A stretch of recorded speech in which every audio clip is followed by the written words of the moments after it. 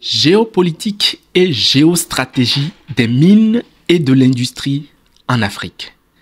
Bonjour et bienvenue dans ce numéro qui porte sur la RDC. En décembre 2024, la RDC dépose une plainte contre Apple pour recel de crimes de guerre au profit du Rwanda.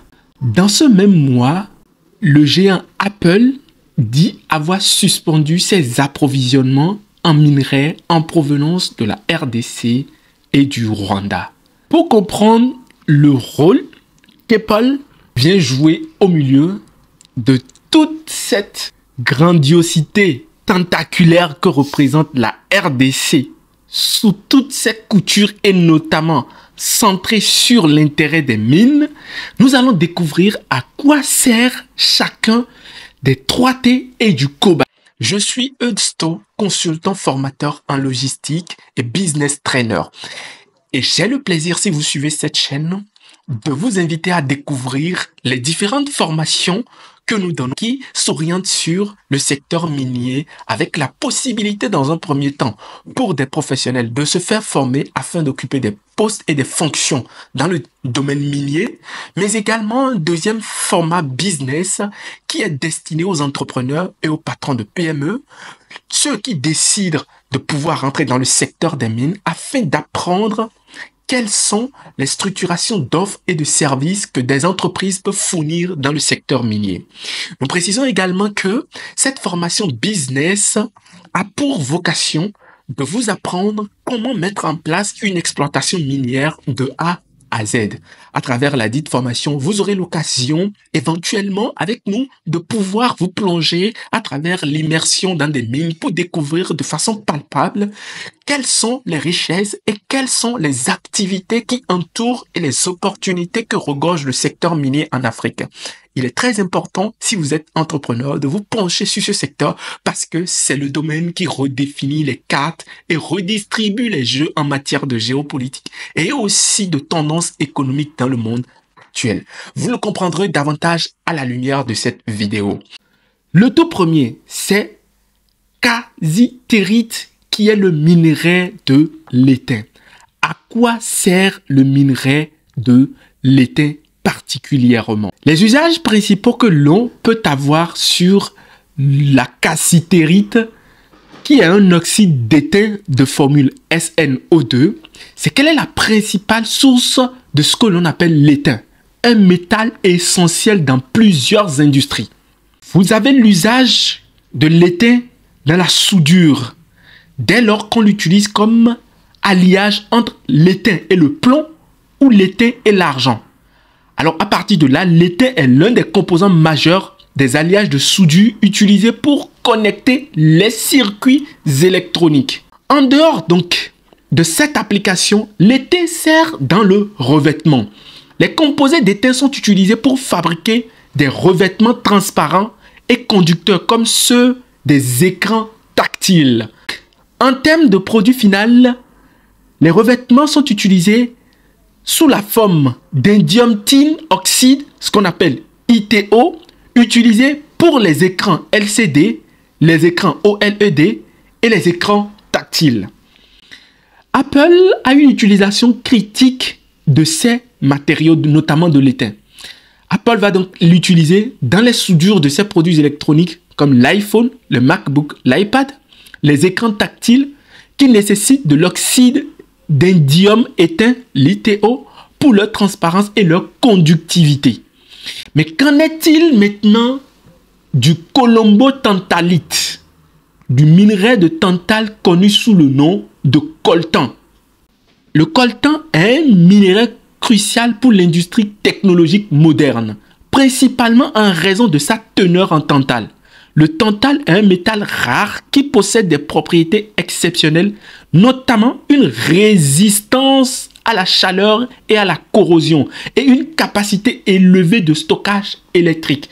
En termes de produits industriels obtenus à partir du coltan, vous avez la poudre de tantal qui est utilisée pour fabriquer des condensateurs à haute performance nécessaires dans l'électronique.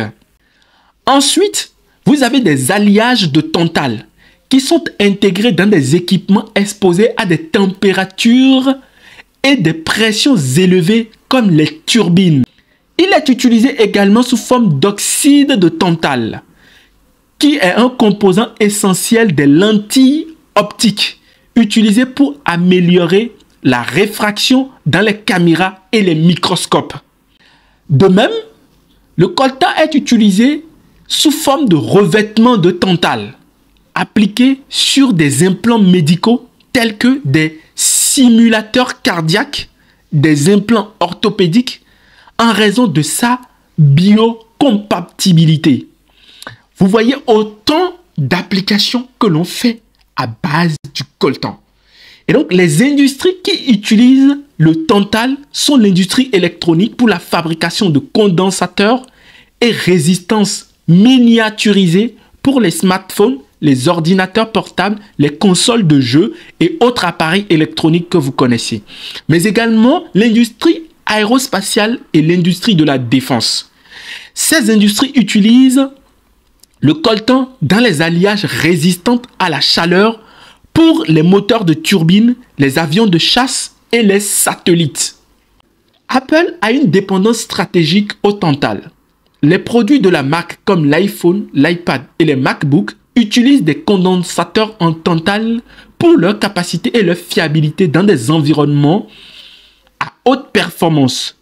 Le tantale est crucial pour réduire la taille et améliorer l'efficacité des circuits électroniques essentiels pour les designs minimalistes d'Apple. Maintenant que vous connaissez les applications du coltan, nous allons nous intéresser aux applications de ce minerai qu'on appelle le wolframite ou minerai de tungstène. Dans le domaine électronique, le métal est utilisé comme composant dans les circuits électroniques, les condensateurs et les connecteurs électriques. Dans l'industrie spécifique aux technologies telles que la technologie de pointe l'high-tech, ce minerai est utilisé dans les semi-conducteurs, qui sont aujourd'hui le cœur de la guerre entre Taïwan et la Chine. Nous allons l'expliquer dans la suite de la vidéo. Dans le high-tech, donc, ce minerai est utilisé pour fabriquer les électrodes de batterie et les composants miniaturisés. En télécommunication, le tungstène est utilisé comme pièce dans les téléphones portables, dans les câbles et les connecteurs. Pour la société Apple en particulier, le tungstène représente un enjeu de résistance mécanique, car utilisé dans des composants nécessitant une durabilité accrue, comme les vibrations et les mouvements dans les moteurs de Taptic Engine, qui sont des systèmes de retour haptique des iPhones. Ceux qui utilisent les iPhones comprennent ce que je dis. Et donc, ce même minerai, pour Apple, est important pour la miniaturisation des composants. Le tungstène est idéal pour des applications miniaturisées grâce à sa densité et sa résistance. En matière de connecteurs électroniques, le même produit est utilisé pour assurer la connexion stable et résistante dans les appareils électroniques. Voilà autant d'applications que le wolframite ou minerai de tungstène permet d'avoir dans différents domaines d'application, y compris dans le domaine électronique. Il est important de noter que la RDC en tant que pays est le premier producteur mondial de cobalt et le deuxième producteur mondial de coltan. Et vous comprendrez pourquoi des acteurs comme les États-Unis, la Chine et Taïwan ont une présence accrue en RDC. À quoi sert donc le minerai de cobalt? Le cobalt est un métal stratégique largement utilisé dans de nombreux secteurs industriels en raison de ses propriétés uniques, notamment sa résistance, sa conductivité thermique et électrique et sa capacité à améliorer les performances des alliages et des batteries. Les produits issus du minerai de cobalt sont entre autres transformés en plusieurs produits pour des applications industrielles. Dans le secteur de la chimie, nous avons des composés chimiques issus du cobalt, tels que le sulfate de cobalt utilisé dans les batteries lithium-ion. Ce qui revient à dire que pour avoir des batteries au lithium-ion, on a besoin d'additionner le sulfate de cobalt. De façon globale, les industries qui utilisent le cobalt sont principalement l'industrie des batteries, qui est le principal secteur consommateur de cobalt. Environ 60 à 70% de la demande mondiale de cobalt est consommée par l'industrie des batteries. Pour une société comme Apple, encore une fois, ce minerai constitue un minerai particulier à cause de sa dépendance pour la fabrication des batteries. Apple utilise les batteries lithium-ion dans ses produits, l'iPhone, l'iPad et le MacBook. Et ces produits contiennent du cobalt dans leur cathode. Apple est particulièrement concerné par l'approvisionnement en cobalt car il représente un enjeu majeur pour la durabilité et la performance des appareils électroniques. Il faut noter que Apple a mis en place un système de traçabilité et d'éthique de sorte à ce que le cobalt utilisé par Apple provienne principalement de la République démocratique du Congo qui produit environ 70% de l'offre mondiale. Et nous venons de voir précédemment, à l'entame de cette vidéo, quels sont les circuits et les acteurs qui exploitent donc le sous-sol de la RDC pour l'exploitation de ces produits et les marchés sur lesquels c'est vendu. Et donc, la notion de traçabilité d'éthique de Apple se pose. Et nous allons comprendre pourquoi est-ce que Apple met l'accent particulier là-dessus. Vous vous rappelez qu'entrée de vidéo, la RDC avait porté plainte contre Apple. Et nous allons comprendre tout de suite les raisons pour lesquelles Apple a eu une réaction pour suspendre son approvisionnement auprès de la RDC. Voilà donc sur ce qui concerne le minerai de cobalt, ce que l'on peut noter. Vous avez donc pris la peine et le temps de comprendre de fond en comble l'importance que revêt chacun de ces minerais pour le monde qui nous entoure, le monde de la défense, de l'aéronautique, le monde médical et aussi le monde de la high-tech, de l'électronique. Pendant longtemps, Apple a été la société la plus valorisée au monde, avec toujours plus de 3000 milliards de dollars US de capitalisation boursière.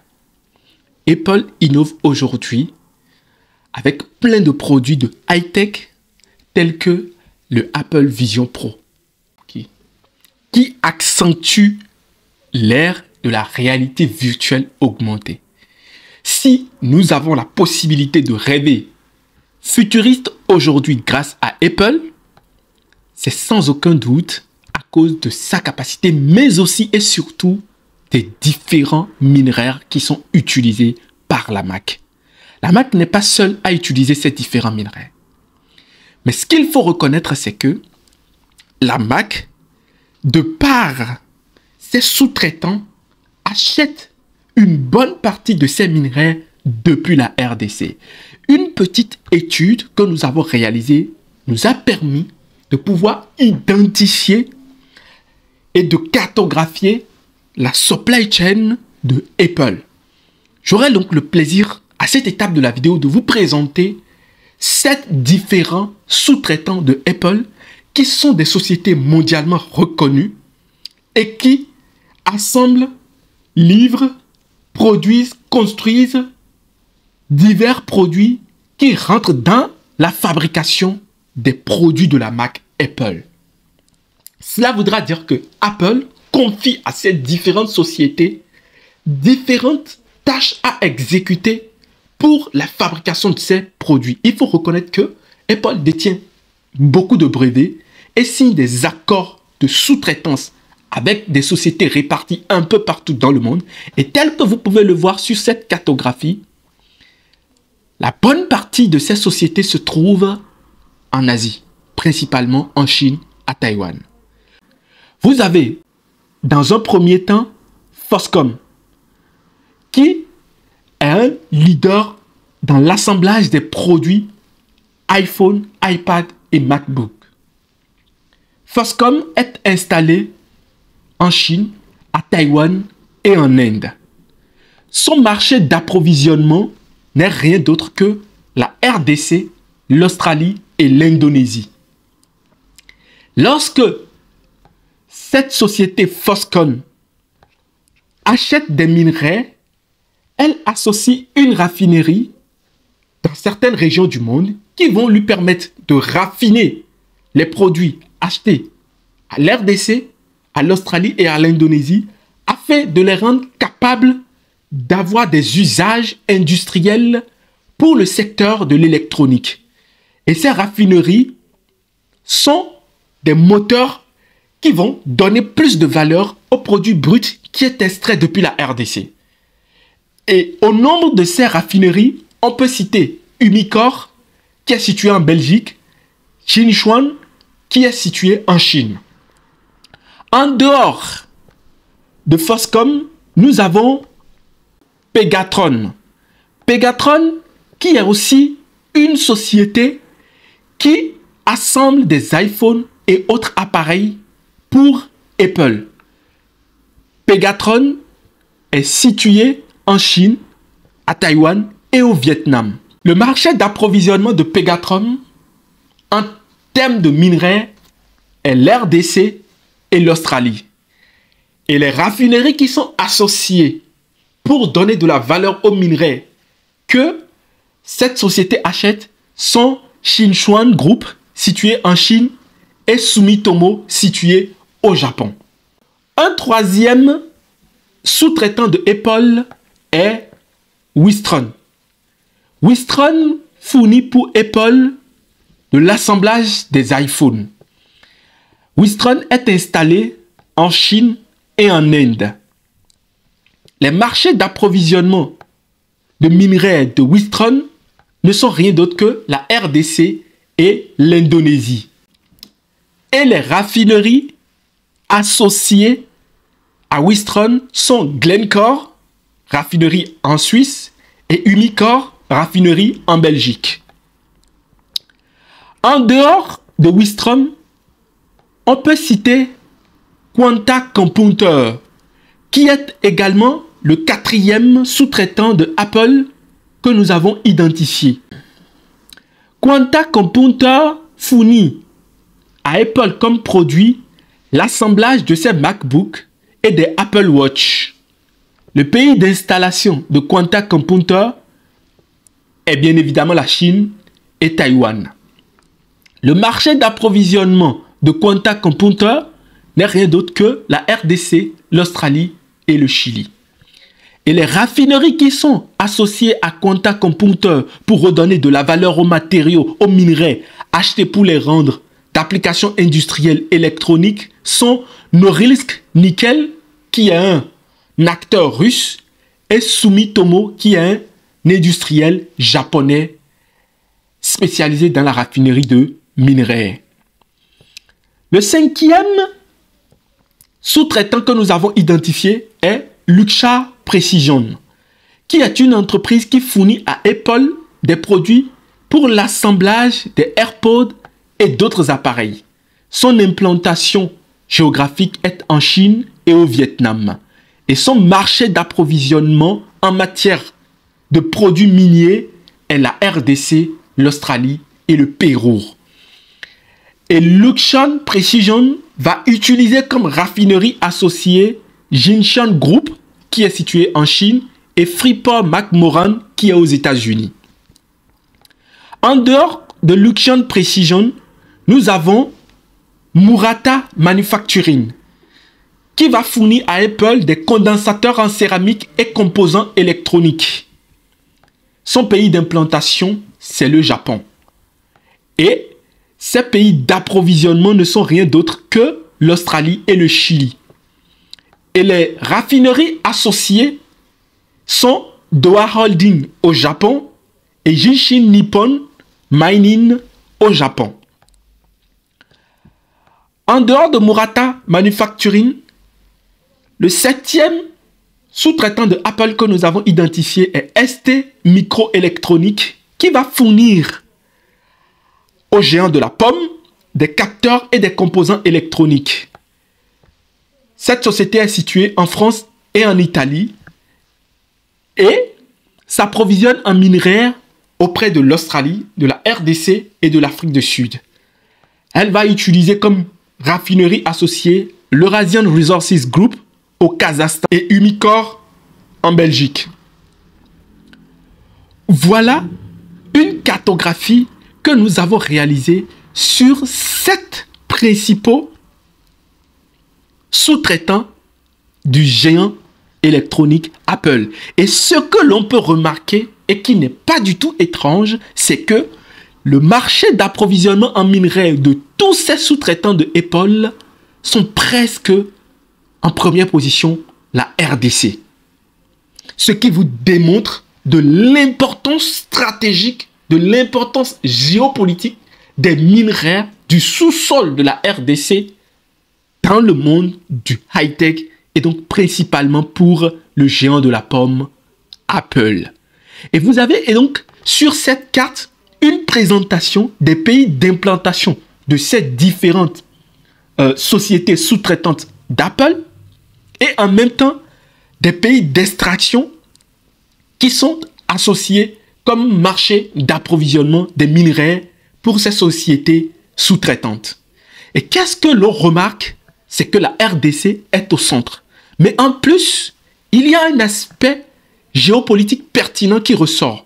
C'est celui qui est lié à ce petit territoire que nous avons encerclé ici et qui n'est rien d'autre que Taïwan. Pourquoi? Parce que quand vous regardez dans la cartographie, vous allez voir que autant la RDC apparaît comme marché d'approvisionnement des minerais, autant le pays d'implantation de ces sous-traitants, pour presque tous les sous-traitants, au moins 5 sur les 7, est Taïwan ou la Chine. Taïwan ou la Chine. Ce qui voudra dire que Taïwan joue un rôle majeur dans l'industrie électronique. Et cela se comprend aussi aisément à partir du fait que le géant taïwanais représente une opportunité énorme pour des sociétés comme Nvidia, des sociétés comme Apple, des sociétés comme Samsung. En effet, Taïwan est mondialement reconnu comme un leader incontournable dans l'industrie des semi-conducteurs. Les semi-conducteurs, c'est ça. Des puces de haute technologie indispensables pour le monde moderne et sa technologie moderne. Mais pas que au niveau des semi-conducteurs, mais également au niveau des microprocesseurs. En matière donc de leadership mondial dans les semi-conducteurs, Taïwan a une société qui appartient à l'île. Cette société s'appelle Taiwan Semiconductor Manufacturing Company, connue sous l'acronyme TSMC.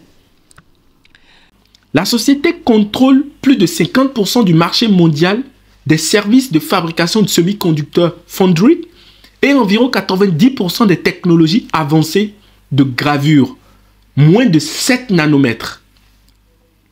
En termes de technologie avancée, Taïwan est à la pointe des technologies de grande finesse de gravure avec des processus de fabrication en 3 nanomètres et en développement pour le 2 nanomètres. Ces technologies permettent de produire des microprocesseurs plus petits, plus puissants et moins gourmands en énergie. Et donc, d'un point de vue d'importance stratégique au niveau mondial, la production de puces taïwanaises est essentielle pour des industries telles que l'automobile, l'électronique grand public, les serveurs cloud et les équipements médicaux. Environ 63% des semi-conducteurs avancés utilisés dans le monde proviennent de Taïwan. Ces mêmes technologies utilisent largement aujourd'hui les 3T qui sont indispensables. Ces 3T jouent un rôle fondamental dans l'industrie des semi-conducteurs et des microprocesseurs en raison de leurs propriétés uniques. Ils permettent d'assurer la fiabilité, la performance et la miniaturisation des technologies électroniques modernes. Avec l'essor des technologies telles que les véhicules électriques, l'IA et les serveurs cloud, la demande pour les 3T ne cesse d'augmenter.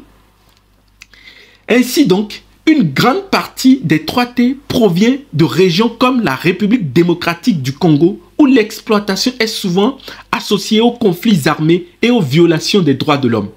Et donc, si nous revenons pour un récapitulatif, nous comprenons que la RDC offre tout d'un point de vue gigantisme et se positionne aujourd'hui d'un point de vue géopolitique et géostratégique à partir de ses mines comme un acteur. Rappelons-le, ce pays est le numéro 1 mondial producteur de cobalt et le numéro 2 mondial producteur de coltan, le numéro 1 africain producteur de cuivre. Et le pays possède plus de 35 minerais. Donc il est compréhensible que certains nombres d'envie naissent autour de la RDC à partir des tensions géopolitiques, des tensions conflictuelles. Dans le cadre donc des sources d'approvisionnement des minerais, Apple a l'habitude d'acheter de par ses sociétés sous-traitantes en RDC et au Rwanda. Le Rwanda, à la base, n'a presque pas de minerais, en tout cas du moins, pas du tout autant que la RDC. Mais le Rwanda se positionne comme aussi un premier vendeur, une première source d'approvisionnement des minerais de type 3T pour des entreprises internationales. Et si vous avez suivi ce développement jusqu'ici, vous comprenez que en RDC, puisqu'il existe plusieurs profils des acteurs, les circuits de vente sont des circuits qui proviennent pour la plupart de la RDC vers le Rwanda. Et à partir du Rwanda, ces minerais sont renvoyés sur les marchés internationaux. Et pour le cas Apple, le circuit se dessine de façon très claire. Une fois donc que les minerais viennent au Rwanda par le circuit informel pour la plupart ou le circuit entretenu par les conflits armés, ces minerais sont raffinés dans les différentes raffineries associées aux sociétés sous-traitantes de Apple et qui sont réparties aux États-Unis, en Belgique, en Russie, en Chine, au Kazakhstan, etc. Et une fois ces raffineries donnent de la valeur à ces minerais en les rendant d'usage industriel, ils sont ensuite renvoyés à Taïwan où des sociétés comme TSMC les transforment, les utilisent au niveau technologique dans les semi-conducteurs et les microprocesseurs, mais également aussi les sous-traitants de Apple installés sur cette île vont les utiliser aussi pour pouvoir fournir des produits aux géants de la pomme qu'est Apple. C'est ainsi donc que se dessine et progresse la chaîne d'approvisionnement d'un point de vue géostratégique des produits qui rentrent dans la fabrication de la marque Apple. Et une fois donc que ces industries utilisent ces produits pour fabriquer, elles finissent par les livrer à la marque qui va mettre sur le marché ces différents produits. Et c'est pour cette raison qu'aujourd'hui, la RDC porte plainte directement à Apple, qui, il faut le rappeler, est une société mondialement reconnue et très puissante, puisque sa capitalisation boursière est énorme, plus de 3 580 milliards de dollars. À partir de cet instant, pensez-vous que la RDC a raison de porter plainte à Apple? La RDC doit-il résoudre ses problèmes conflictuels avec le Rwanda et laisser Apple en dehors de cela?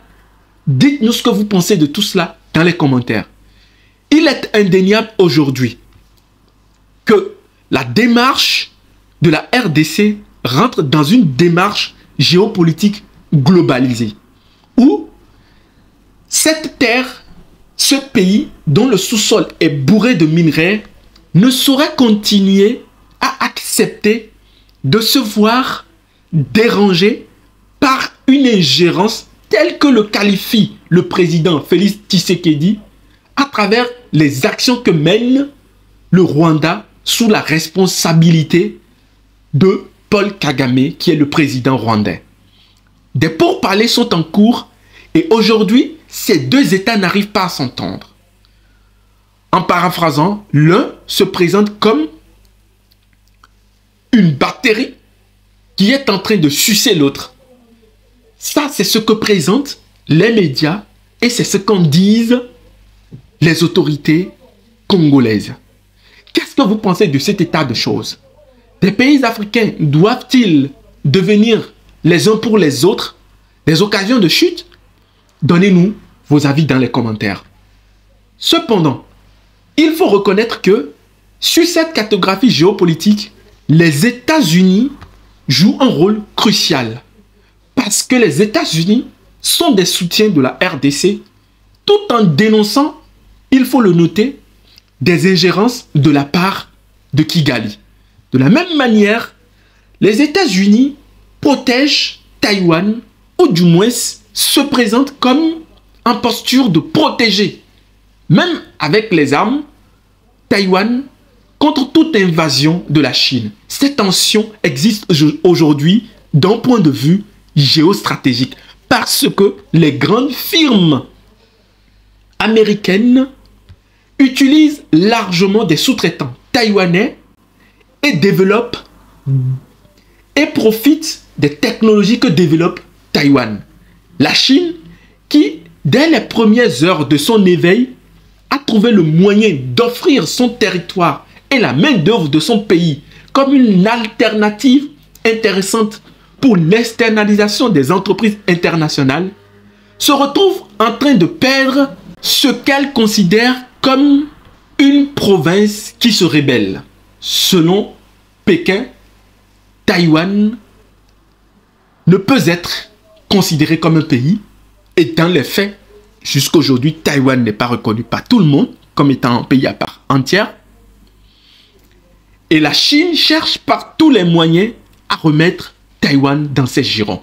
Que pensez-vous donc de ces 5 pays qui sont en train de dessiner, de cartographier, de réorienter l'industrie des high-tech sur la base des ressources, particulièrement des ressources des 3T, y compris le cobalt, pour l'avenir des technologies futuristes de notre planète? Vos avis sont attendus dans les commentaires. Ça a été pour moi un réel plaisir de pouvoir vous présenter ces enjeux géopolitiques, l'importance de ces différents minerais, leurs usages au quotidien dans de multiples industries et les raisons pour lesquelles certaines régions du monde sont en conflit aujourd'hui. Immanquablement, le monde ne peut pas se passer de l'Afrique.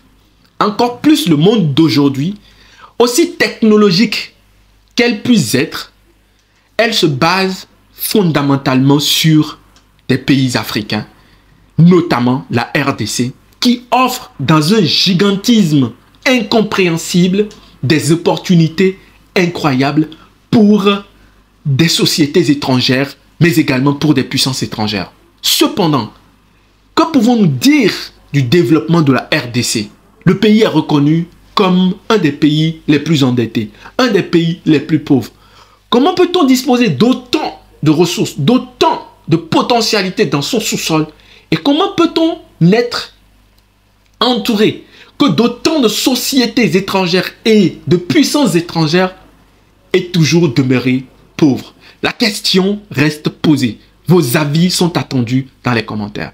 Je vous remercie. C'est avec plaisir que je vous attends prochainement sur les différents autres formats que nous allons avoir, notamment le prochain numéro qui portera sur un sujet surprise encore, celui de la géopolitique des mines et des industries en Afrique.